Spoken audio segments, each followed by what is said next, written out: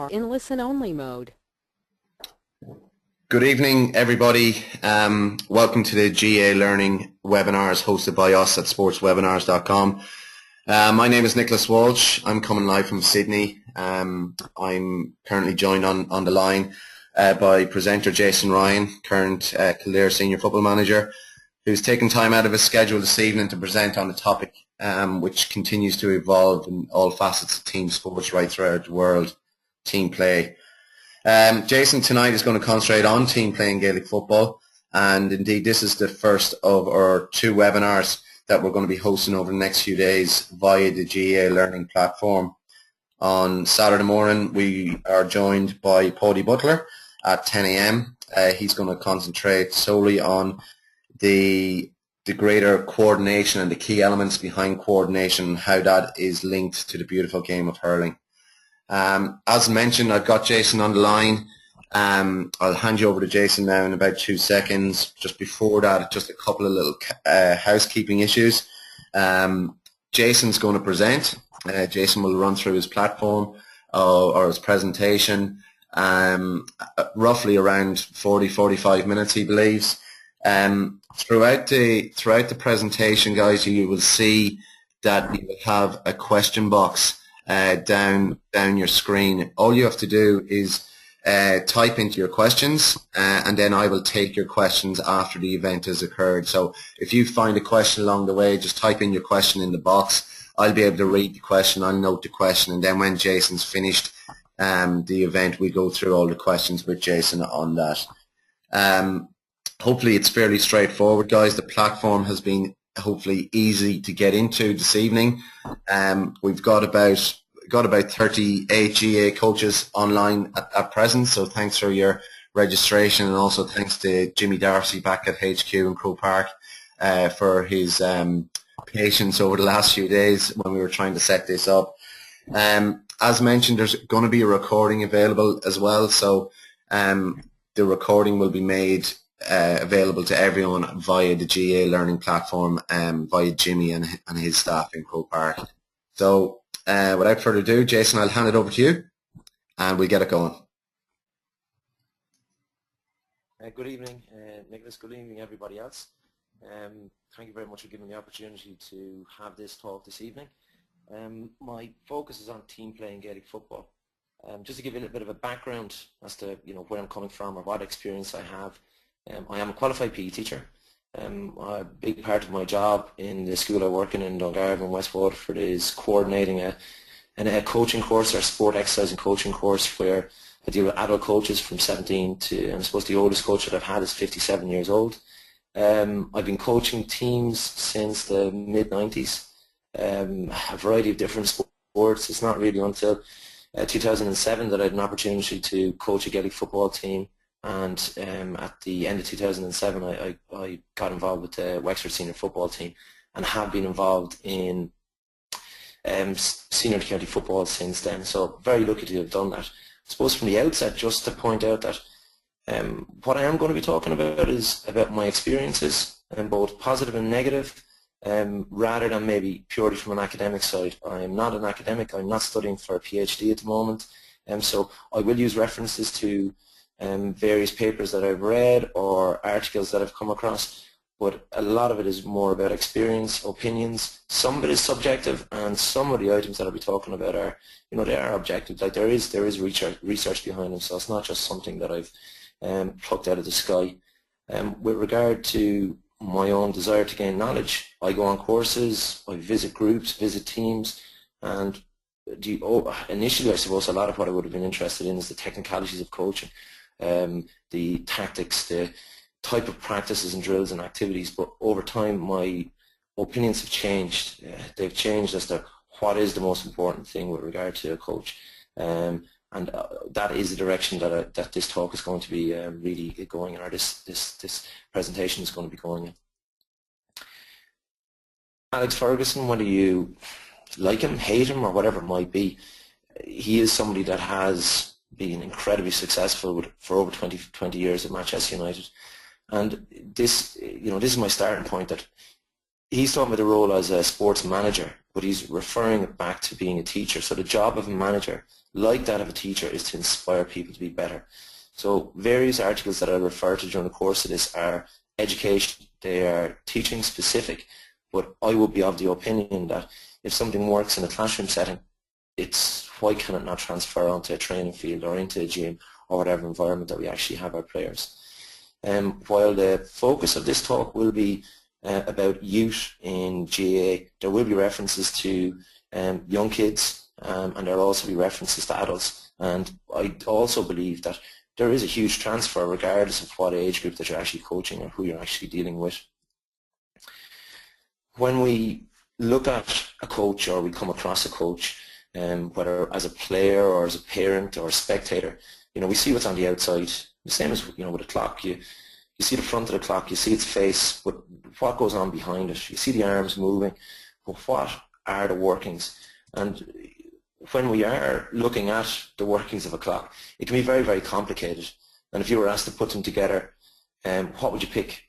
What are the important cogs? What are the important wheels? What goes with what? How do they actually move? And what is their places? And I think that's really sums up coaching, that there's so many different aspects to it, like what is important and what needs to be where, and that two coaches can have exactly the same qualities and parts and people skills and whatnot, but both of them maybe have a totally different manner, and maybe both of them have two totally different pathways regarding one being successful and one not, due to just small little tweaks and small little changes. So it's just something to kind of be aware of, that we all have the tools to be good quality coaches. It's just how we necessarily use those tools is the most important thing. And when Alex Ferguson talks about inspiring people, for all of us in coaching, our eventual aim is to create a situation whereby we have players that when they cross the white line, they're able to perform.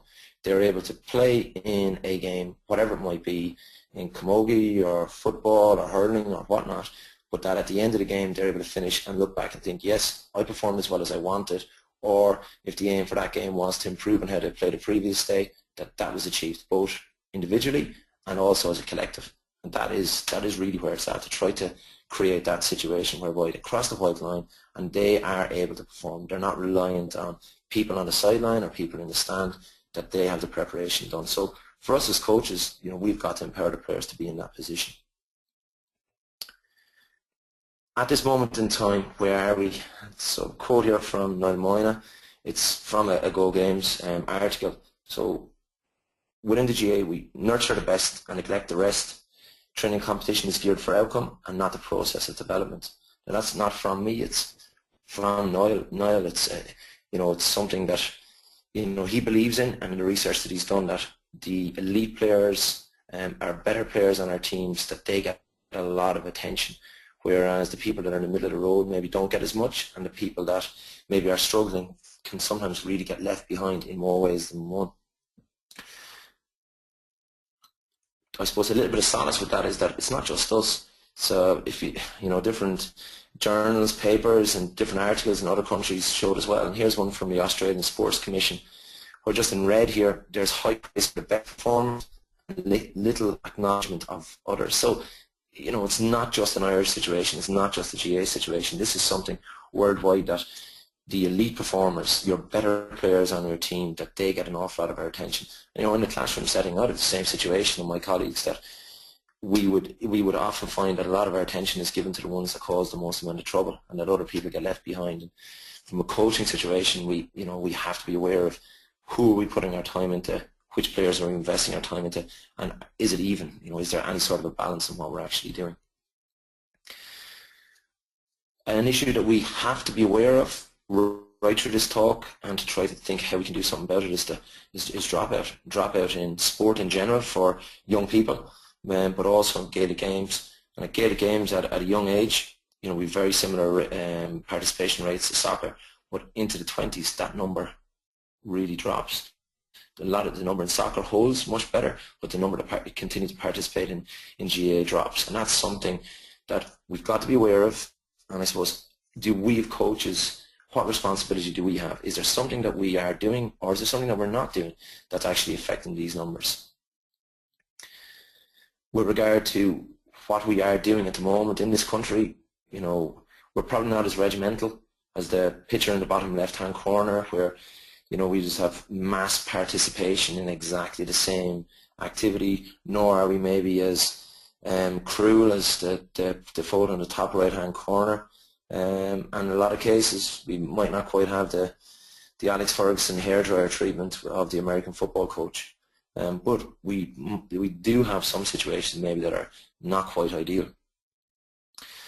Now, to reiterate my main objective over the next 32, 33 minutes, that is to look at the actual process of coaching. So instead of maybe looking at this is an excellent drill to improve ability to pick up breaking ball in the middle of the field from puckouts or from kickouts, I feel that there's so many courses, seminars, presentations that deal with that, but there's not a huge amount of them out there that actually look at the skills of coaching, the actual process of coaching as an individual, how you prepare yourself to face a group of athletes and to facilitate them, to get them into a situation whereby they can cross that white line and perform on the pitch. This slide is exactly the same as the last one. It sets out my main objectives. Exactly the same words are on the page, but the only difference is the order that they're in. So I suppose the question that I come back to is, how often do we presume that our athletes understand what it is we're saying? How often do we presume our athletes take on board the words, the pictures, the numbers, the message that we've passed on? Do we take it for granted sometimes?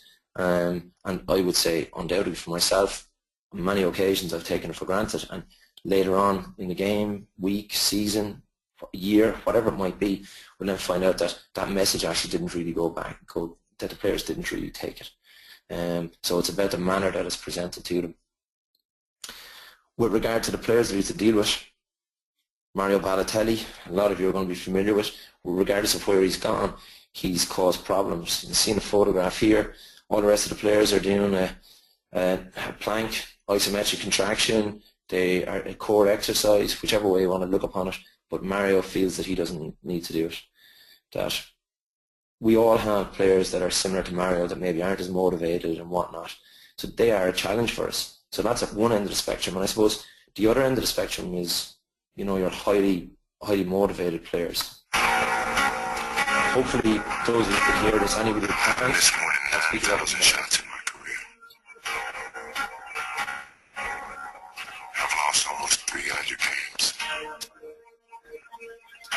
26 times I've been trusted to take the game-winning shot and missed. I've failed over and over and over again in my life. And that is why I succeed. For those of you maybe that couldn't see that, it was a video clip of Michael Jordan. And while Mario's at one end of the spectrum, you have the likes of Michael Jordan at the other end of the spectrum, a person that is incredibly motivated, very, very focused, has absolutely outstanding knowledge of his role and just believes in himself. So despite the fact that he misses shots, misses efforts, he kept on coming back over and over and over again to try to execute the most difficult part of the game. So he had absolute belief. So we as coaches, we can't afford to focus just on Michael or on Mario, nor the people that are in between. It's the whole group, and that is a challenge. So I'm not trying to suggest that it's all easy. It is a challenge, regardless of whether it's kids, youths, or adults. Well, undoubtedly Albert Einstein was a genius. I still question this. If you can't explain it simply, you don't understand it well enough. Like, my issue with it is define the word simple. That so often at games, so often at training sessions, right through from young kids to adults, I hear coaches and parents and players shouting, how many times do I have to tell you? How many times did I tell you that? So does that mean that the message wasn't passed simply enough? But does that mean that the person in the first place didn't really understand what they were trying to message or trying to get out? And I think that people understand the message they're trying to get out. It's just at times we say things how we ourselves would like it to be said to us, or we do things the way that we found it was useful for us to do it, but we don't necessarily think often enough about the people we're saying it to. What is going to make it easy for these kids, these teenagers, or these adults to understand the message that I'm trying to get across? What understanding am I trying to give them, and how am I going about doing that? Like, we have a great start from young age with kids in sport. This is a photograph of my daughter's sports day last year. 100% participation, parents delighted, kids delighted, regardless of whether they came first, in the middle, or whether they came towards the latter. It didn't matter. They all had a wonderful experience. They all really enjoyed it. And as the years go by, this continues for a period of time. There's a photograph from a sports camp last year. Huge numbers of kids, all enthusiastic, really enjoying their sport and their activity. And this is where it all starts, that they have a positive experience of sport and activities. But what leads to the dropout? Why is there something that we as coaches are missing? Is there something that we've done, or something that we continue to do, or is there something that we neglect to do that's causing these kids to maybe drop out?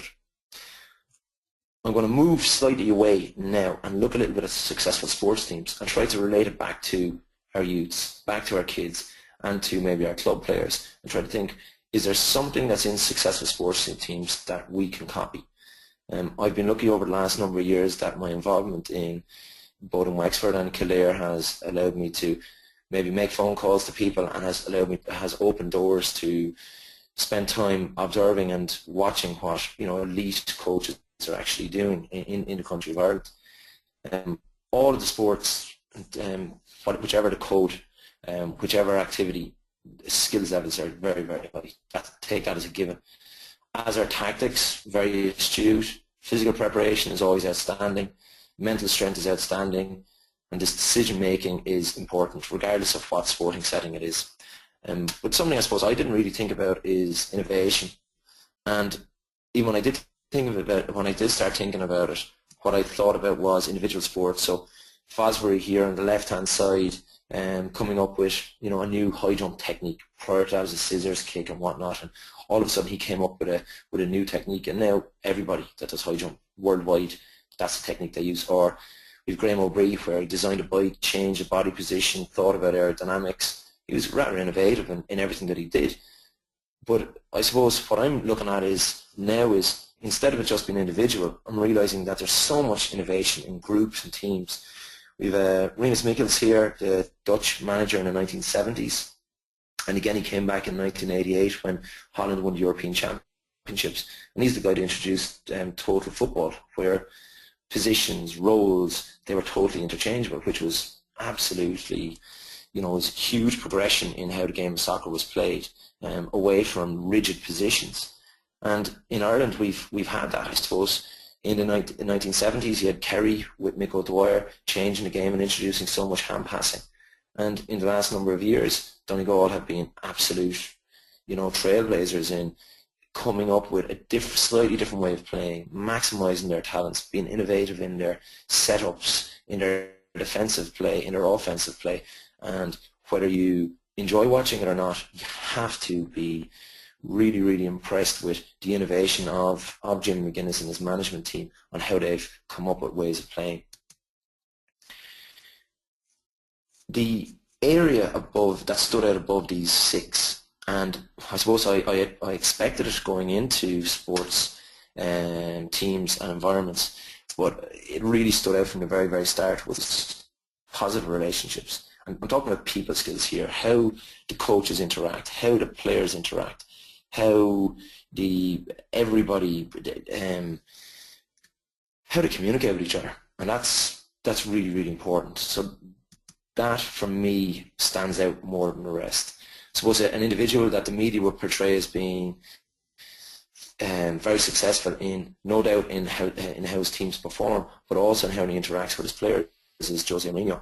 Very charismatic, very animated. But I would also say very calculating. I would say that his shows of affection, his shows of camaraderie with his players are very calculated. He's doing it to show them what they feel to him. He's doing it to improve how they work with each other.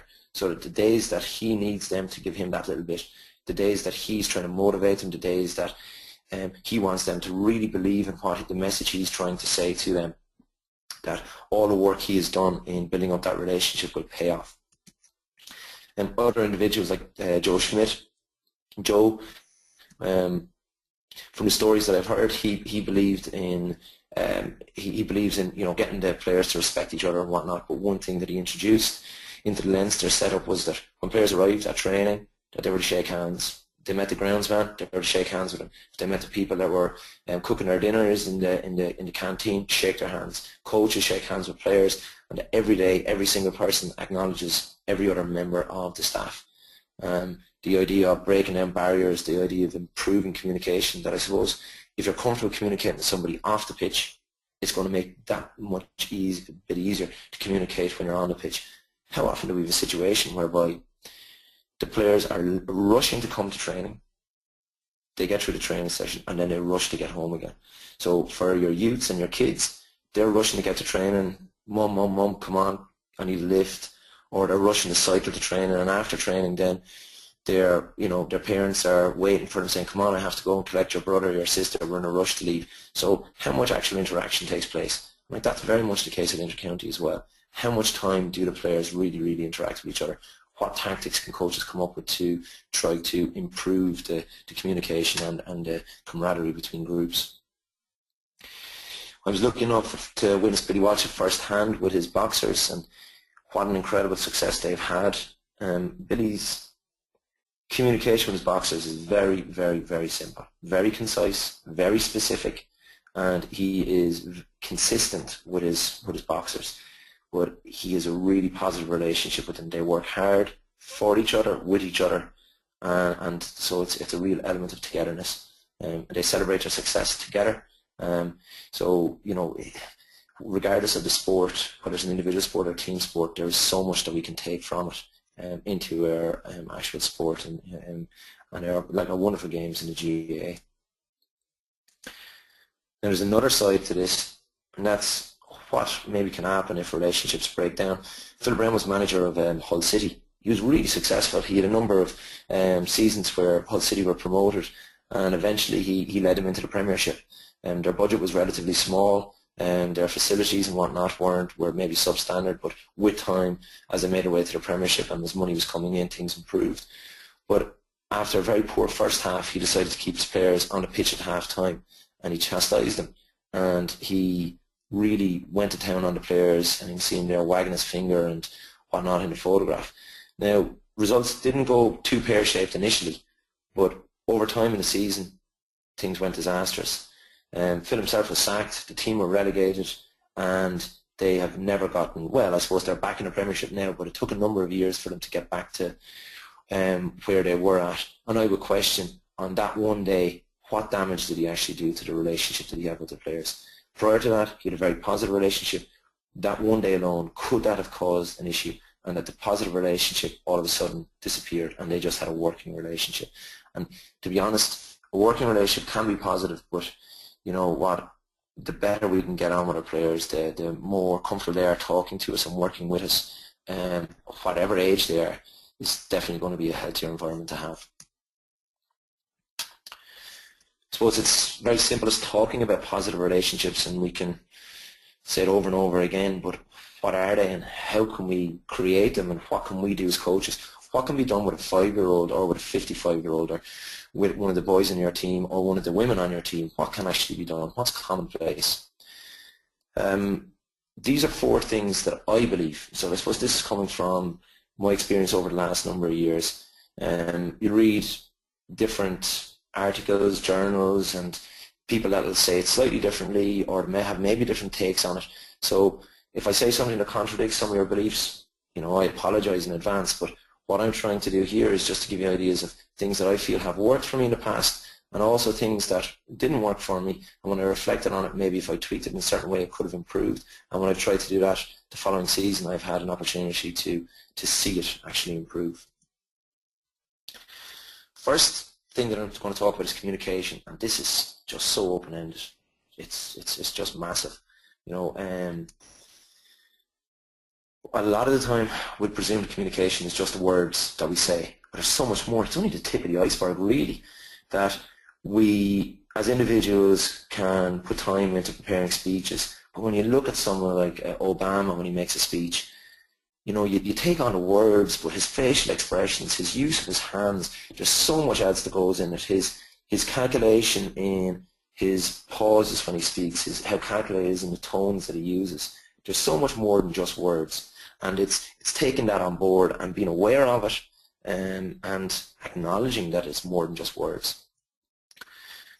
From a research point of view, this is one individual's research that they felt that communication is made up of the smallest portion in green here in words, and then a huge 55%. The largest amount of communication was dictated by body language, and voice and tone were a huge 38%.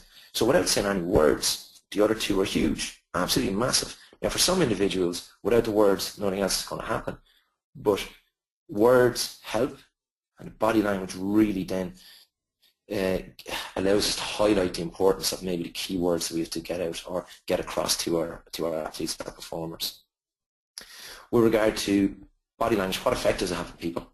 And I suppose if you flick through any channels late at night, and you come across a number of channels that have poker, so professional gamblers, and what amazes me, and when I started looking at it first, was the clothing that they were wearing. So you've guys wearing sunglasses and bandanas and hats and trying to cover up, and I'll flick it on to look at it just to try to see how they're trying to read each other, what kind of facial expressions, and some of them will wear nothing at all regarding covering up their facial expressions.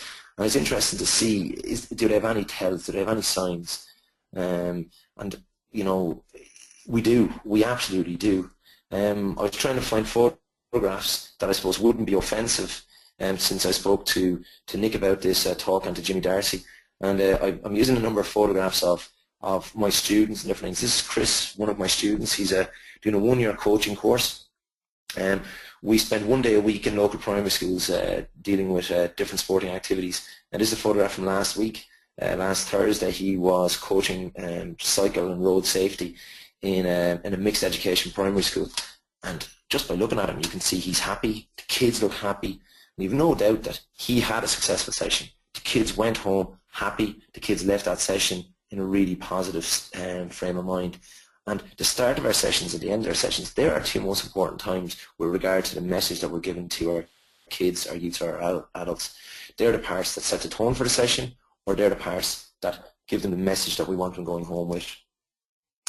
And here's Daniel.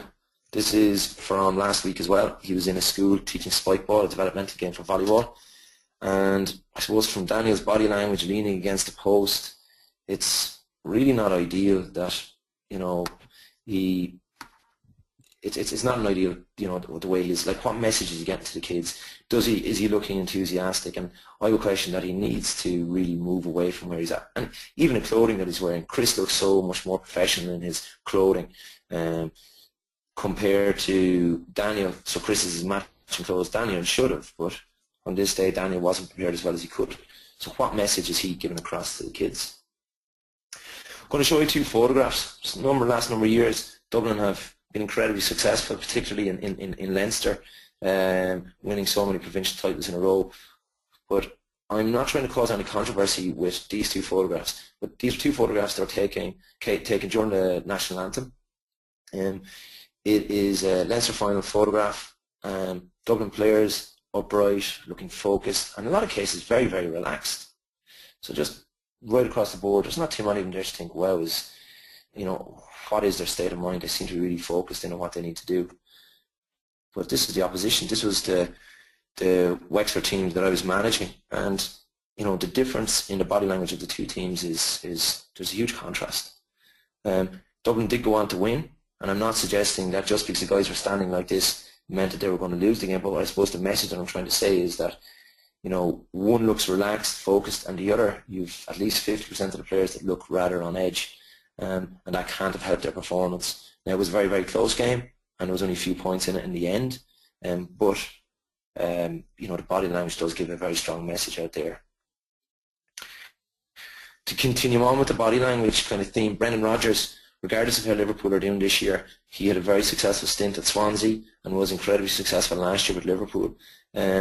He talks a really good game, and very interesting to listen to, and if any of you have an opportunity to watch him coaching on YouTube, it's very, very interesting. Just the way that he speaks, how he conducts himself. He, again, just like Jose Mourinho, is very, very, very calculated in what he's doing.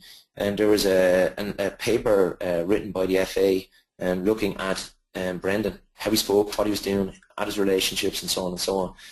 And one of the things that came back from it was that when he was speaking to a player, he imagined that they had a post-it note on their forehead and it said, "You are important to me."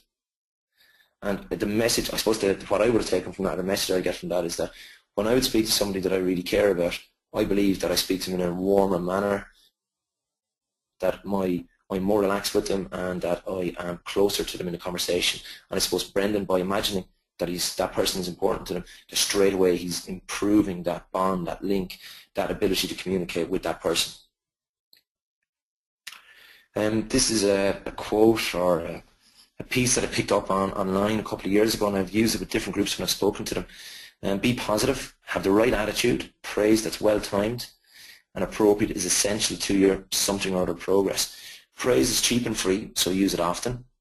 You don't have to overdo it, but you do need to let your something or other know you're proud of them. And the question that I would ask, or that I do ask people when I show them this, is that where do you think this is from? Is it a coaching book or manual? Is it a teaching book or manual? And what is it?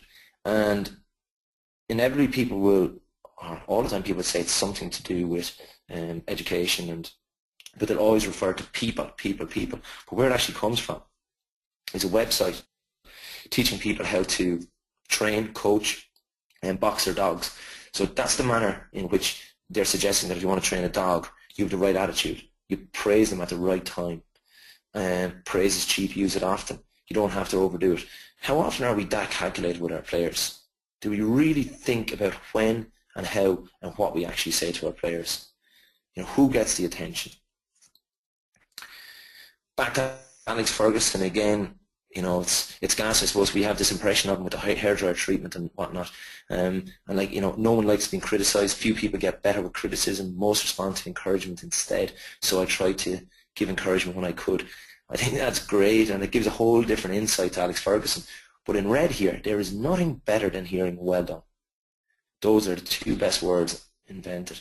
Now, this is a guy that was at the top of his game for over 20 years in Manchester United. He also managed the Scottish national team in the '86 World Cup, and he also was very successful with Aberdeen prior to his time in Manchester United. So this is a guy that really has thought about how things need to be done. He's had time to reflect. He's had resources and money to think over it. And here he is just talking about "well done." Now, I question it.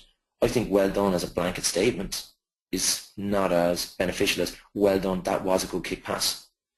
You know, if you want people to get better at kick pass, you need to praise them for kick passing the ball better. There's no sense in praising somebody for hand passing if you really wanted them to kick past the ball. You need to put thought into the type of language you use and when you actually use it. That you're not going to give a dog biscuit if they wag their tail, whereas what you want them to do is actually to sit down. With regard to what to say in coaching, we need to reflect on how we want people to play. What's our philosophy? So when we are giving our coaching points that are built around our key performance indicators, what are the key performance indicators to the philosophy of our team? Do we want our players kick passing? Do we want our goalkeepers kicking the ball out fast, slow? What are we prioritising? And if we don't know that, we're really just, we're really guessing. We're guessing the message we're going to get across to the players. The clarity in the message that we're getting across to the players is vital. Using words, using pictures, drawing things, writing things, and using video. Regardless of our budgets, they're all doable. There are very often people say, I don't have the budget to do this, I don't have the budget to do that. With modern technology now and smartphones, we can do so much more, and it's making use out of it. It's putting aside the time and being calculated enough in what we need to do rather than maybe saying we can't. I would have contacted Keith Barry a number of years ago and asked him to help me out in different ways. And initially he was positive, but then with time it turned out that it just wasn't going to work. And the individual that he passed me on to was a guy called Joe Hoey, who trained him. And Joe would have Joe would have been Keith's hypnosis trainer. And Joe would also deal an awful lot in linguistics. And two things that he's asked me to kind of take on board and really try to use with the players is stop them from saying the word "but." And a simple thing that if a player says "but," they're disagreeing with everything you've said and weren't really listening in the first place. So it's back to the fact. Our communication is not just about talking, it's about listening. How often do the players really listen, and do we actually test to find out have they listened? Do we ask them to repeat what we just said? Do we ask them to explain it? Do we ask them to give team talks? Do we ask them to explain the tactics that we're looking for? Do we ask them to explain what our game plan is? And the other phrase is, yeah, yeah. Joe was absolutely adamant, we need to cut it out. If we're speaking and somebody's going, yeah, yeah, yeah, that means they're not really listening. They just are waiting for us to finish, and they're waiting for their piece to be taken on board. So it's us challenging the players to find out, are they really listening? In an education setting in schools, the way challenging is by examining them, by assessment, and can we do that in team games? Absolutely we can, absolutely, but it's about being creative in how we do it. With regard to a little bit more depth in our language, and we're still dealing with communication here, I suppose phrases-wise, you must or you should has often been used by coaches. And even if we think about ourselves, there's probably stages that we would use those phrases. Birmingham University conducted a huge study. The findings came out in 2013, and it was based around soccer coaching. But they asked the coaches to move from you must or you should and change to have you thought about and why don't you try. And the results they got out of it were just phenomenal. They found that the coaches that changed the way they spoke were getting higher levels of performance out of the performers, better player retention, less dropout. There was huge, huge, huge changes, and the coaches found it far more rewarding. And I suppose simple ones for us to even think about is, do we say don't give the ball away? Or could we just say keep possession? Now what I want you to do is, now what I don't want you to do is, maybe when a sub is going and saying, I don't want you to do this and I don't want you to, can we be a bit more positive? What I want you to do is this, that or the other. That's, I suppose, all coach to player communication. But on the field, our level of communication, Leinster under Michael Cheika introduced the phrase next ball. So it took away any confrontation. Somebody made a mistake, the call was next ball. Somebody did something well, the call was next ball. And it kept people focused on the most important thing, which was the next ball, and everybody working to try to do the best that they possibly could with the next ball. The second key thing for me on top of communication is observation. This is a lot more straightforward. I suppose there's not as many aspects to it. You need to get to know your players, have an idea of their personality, their background, and what actually makes them tick. And the only way of being able to do that is spending time with them. John Hattie was involved in a huge study that involved millions, from an education point of view, involved millions of students worldwide. And he's a New Zealander, but he basically brought lots of different studies and findings together.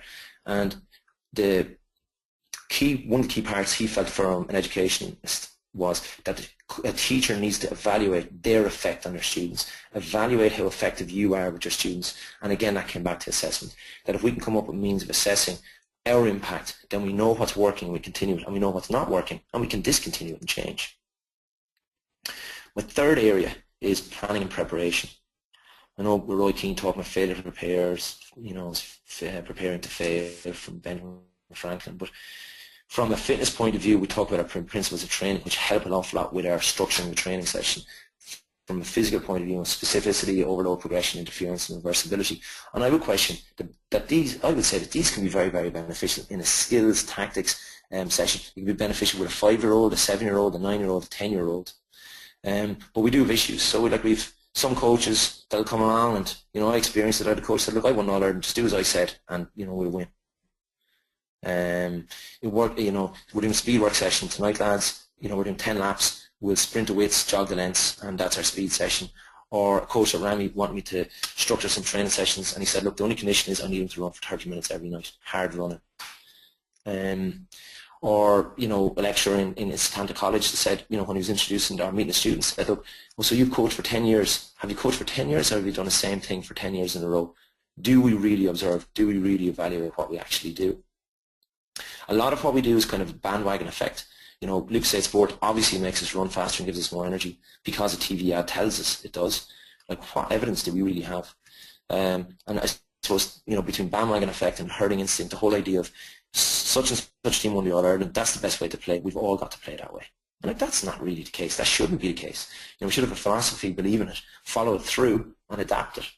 With regard to the preparation, are we specific in our training? Is the training we're doing age appropriate? Are we looking at, are we in the training to train phase? We're Kildare at the moment. This is our first week in collective training, so we are in a training to train phase. Yeah, we eventually want to be training to win, but we're not there yet. We are in training to train phase. And it's understanding where we're at. We need to differentiate our training sessions. Are we doing activities that are ability appropriate? Are we actually in some training sessions differentiating and having different players doing slightly different practices, because that will give them success in that area and make them feel good about themselves. And if they feel good about themselves, they want to do it more and more. The Irish boxers, prior to going to the Olympics, the London Olympics, to train in the Curragh, now the Irish boxers are doing it, so definitely everybody should be doing it. But really, is it appropriate to your particular sport? Do you know why the Irish boxers are doing it?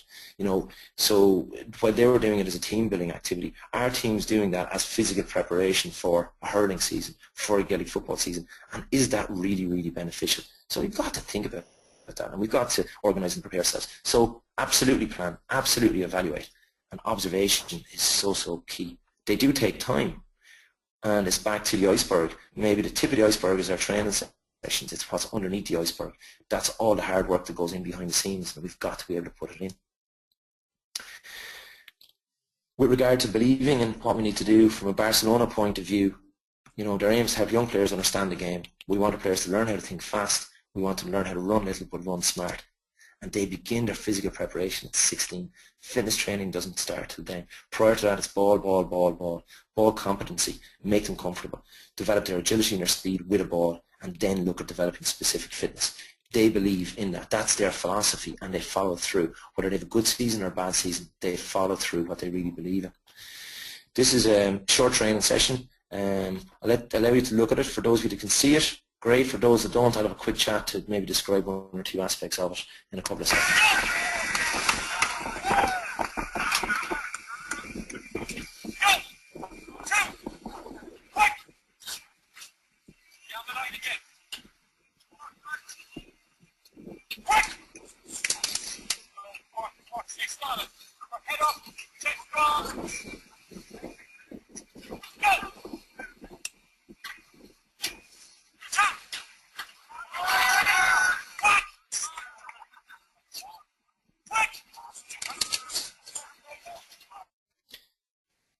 The session there was with Aidan O'Connell, one of the Munster strength and conditioning coaches, was on in their Institute of Technology in Cork in their training centre.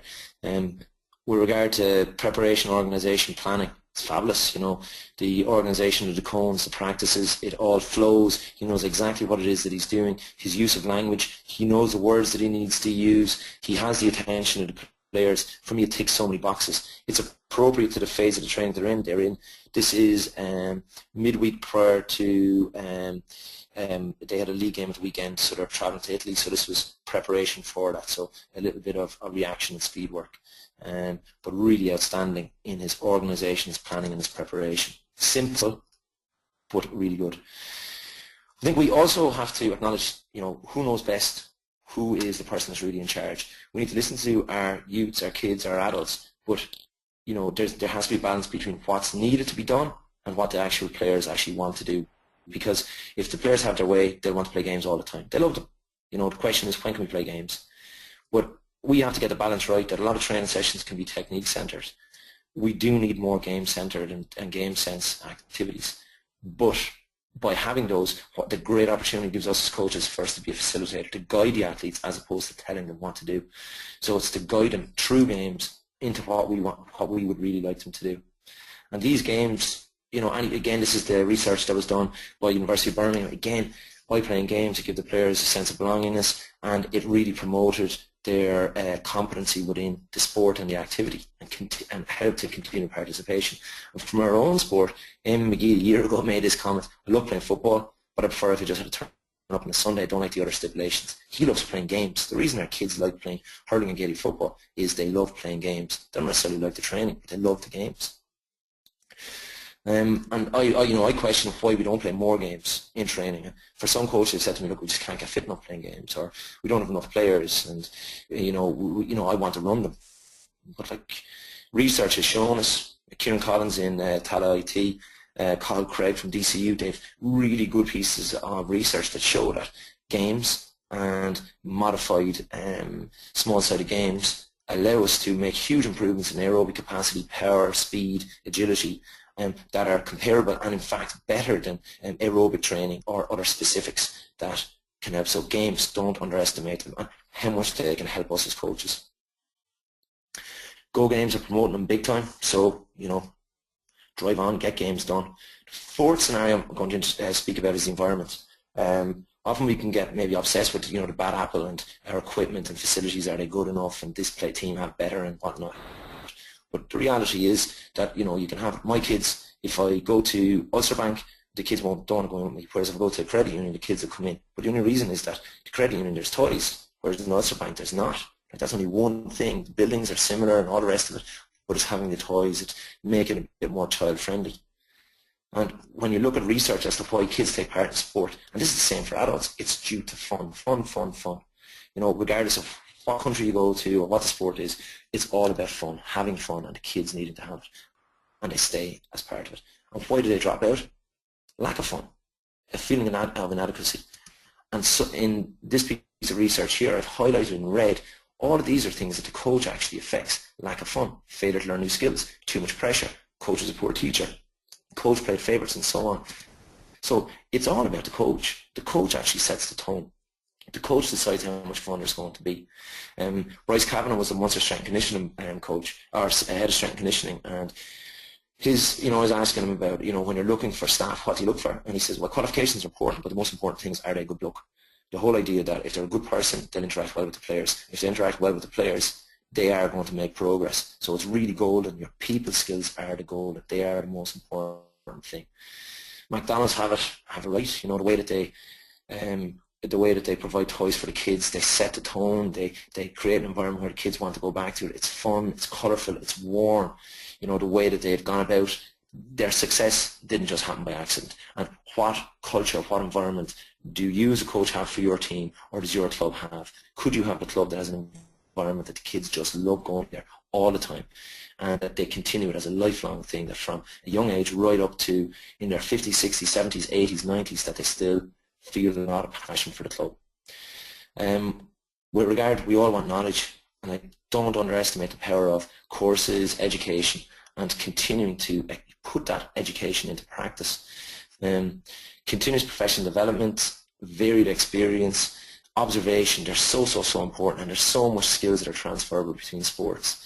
But to kind of, look, I'm just finishing things now. The key things are really, in my opinion, getting to know your players, being passionate about what you're doing. John Hattie, with his research in his millions of kids that were done in this piece of research, the most powerful thing regarding education in schools was a passionate teacher.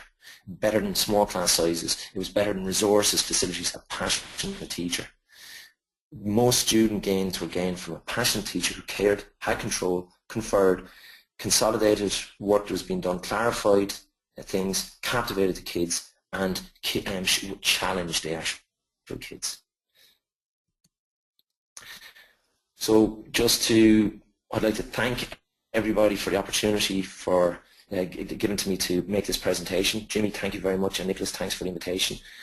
Just to finish, I'd like to just highlight the importance of our relationships with the players, how important they are to allow us to have, I suppose, a productive, positive situation whereby our team improves together. That's the way forward, in my opinion. Thank you very much for your time, and I welcome any questions. Jason, thanks very much. Great insight into your role, and also your knowledge in depth, not just with Gaelic sports, but also with other sports right throughout the world, including soccer as well. In terms of learning, that's fantastic. And as a coach of a senior team back home in Ireland, you really take the knowledge from what you've learned over the years to really put it into practice. Jason, I have a few questions floating in, and guys, feel free to type into the box. I know some people have already typed in some questions. We'll take about 5 or 6 minutes of questions, and then we will wrap things up from there. So first of all, Jason, I had a question in. You mentioned Niall Moynihan in your presentation, and this was a question early on. Do you think Go Games has or can improve team play at youth level? Well, I believe, if we want to improve, we obviously do want to improve the games. An element that is missing at a young age sometimes can be the amount of mastery of skills. So Go Games promotes increase touches of the ball, whether it's in hurling or Gaelic football. If it's going to increase the amount of touches on a ball or with the ball, it's going to help us in our skill mastery. In addition to that, with Go games, they're played in a more positive manner than maybe games would have been played in the past, where you had your leagues and your competitions and your cups. So the team that wins, it's all well and good, you know, they're delighted with themselves. But for the other teams that maybe didn't win, they don't have that positive kind of experience. So I think it's Go games are brilliant. I think games are the way forward. It's very easy for us to set up a simple drill with cones and run out to the first one and hand pass it to the guy at the other side. But we have to use our imagination so much more when we want to play games. We have to think about it more. When I started coaching at Intercounty first, I thought it was all about drills and practices, and I remember Pat Moore is a coach in Waterford, a well-known Intercounty referee, and I would have spoke to Pat and I said, Pat, do you have any advice for me regarding drills? And he said, I do. Get a pen and get a piece of paper, sit down and start writing and drawing. And you know, that's probably the best advice I ever got. And at the time, I thought, like, what is this guy saying? But in hindsight now, it's so important to use games and to modify them in the way you want them to go. But I think Go games is definitely the way forward. Okay. Next question is, in light of what you've been saying, Jason, do coaches generally neglect, are they neglectful that we've got some visual learners, that some of our players are visual learners? Yeah, undoubtedly. We would have done VAR testing with all of our players last year, and it was a bit of an eye-opener. You know, we had some guys that, you know, visual learning didn't help them, and that they had to be doing. You know, they were kinesthetic learners, and they had to be in it. They had to feel it, smell it, touch it. They had to be really involved in the activity for them to really understand the message that we're trying to get across.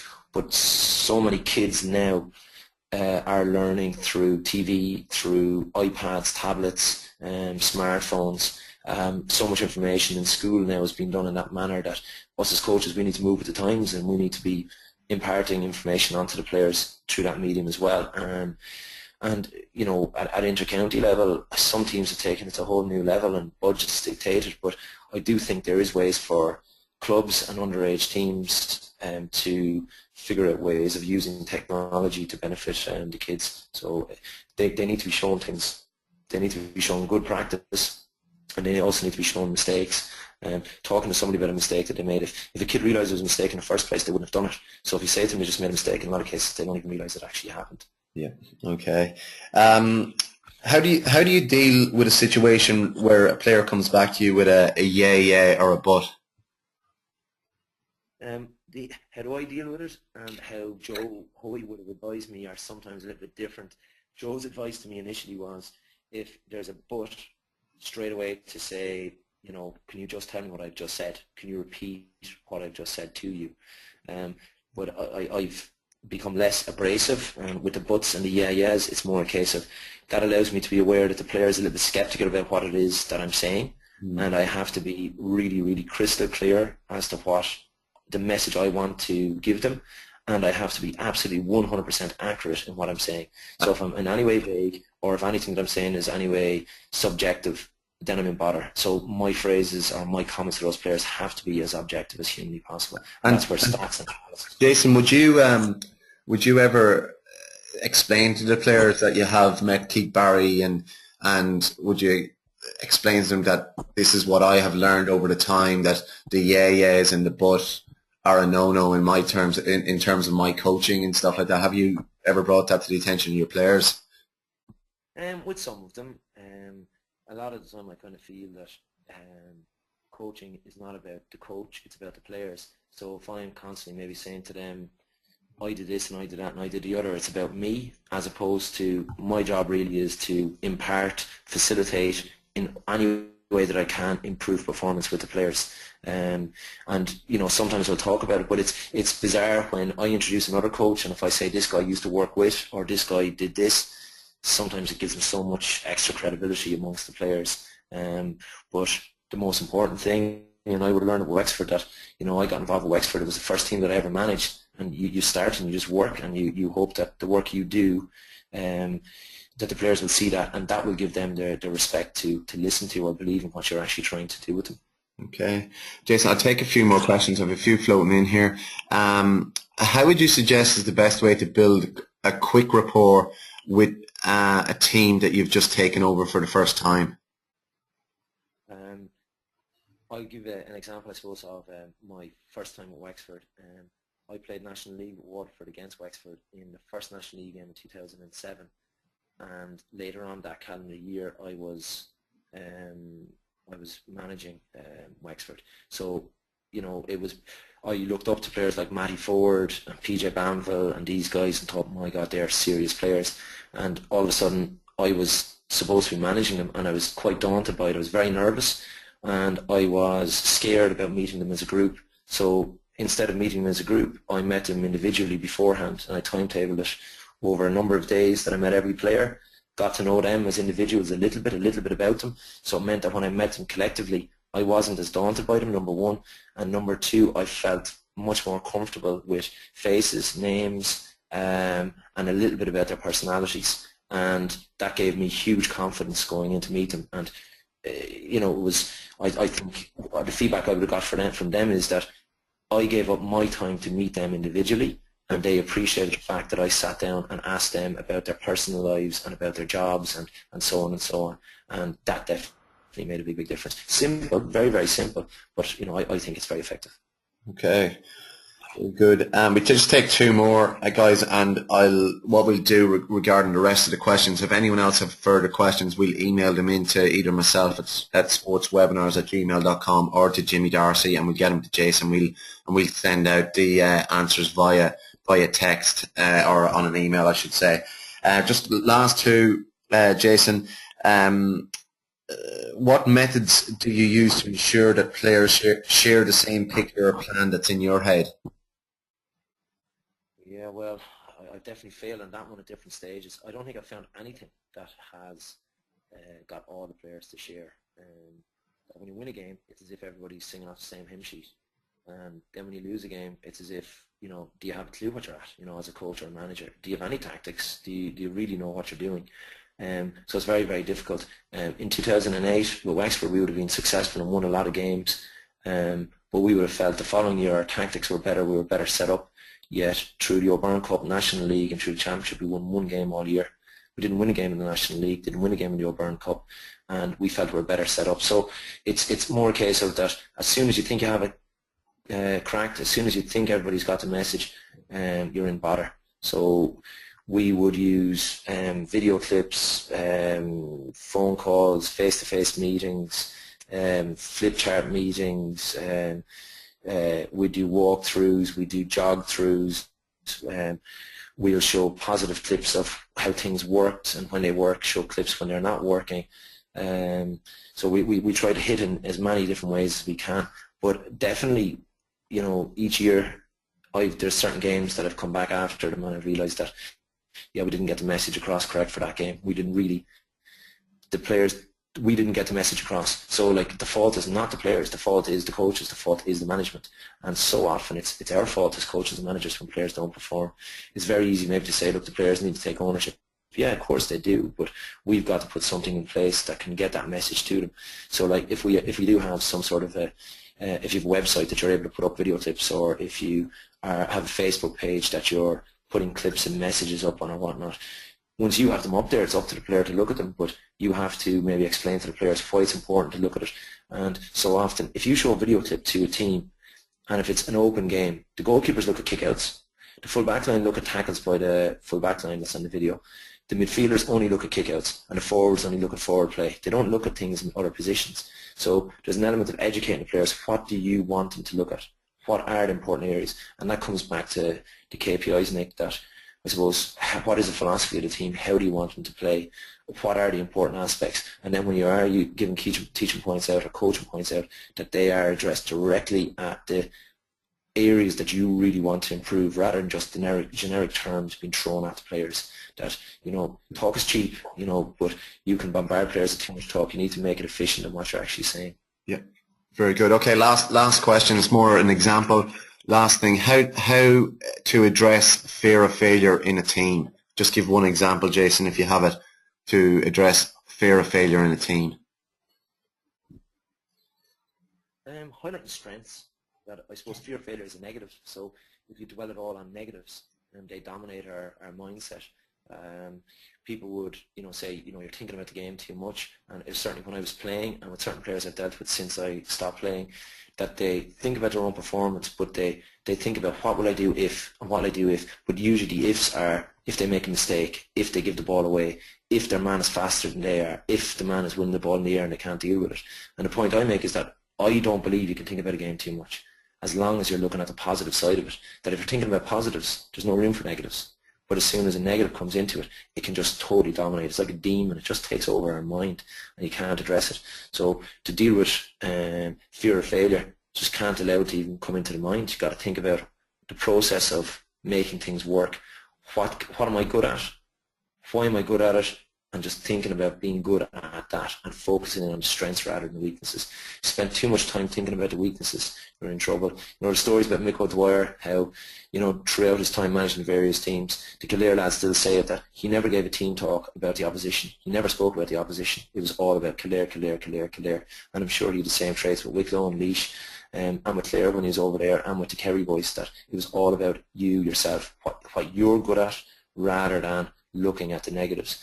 That an element of constructive criticism, improving those, you can deal with that in training, but the key thing is in training sessions, in meetings and talks, and in dealings with players, that you focus on the positives. A bit of the sandwich technique can improve. Give a positive, get the message and the constructive criticism in, and then get in another positive. And at least the players getting a positive and they're open-minded and they're finishing with a positive and going away from it, but you got that little small message in. But regarding the fear of failure, it's just down to belief and really highlighting the importance of focusing on what are we good at, and let's keep doing that. Very good. Jason, thanks very much. Guys, once again, that was great. Just went over a little bit of time there, but that's fine. Just a couple of little points. We're on live Saturday morning with Paddy Butler at 10 a.m. Irish time. If you haven't registered with Jimmy and want to get online, just send Jimmy a bit of an email tomorrow, whenever it is, and we'll get you registered and get you on. Jimmy Darcy will be putting everything live up on the learning.gaa.ie site. If you want to follow us on Twitter, follow us at Sports Webinars, and also follow the GA Learning platform at GA Learning. Guys, thanks. If anyone has any further questions, please email us and we'll get the questions directly to Jason, and he will hopefully answer them via email for us at that time. Once again, thanks guys, and we will chat to you soon.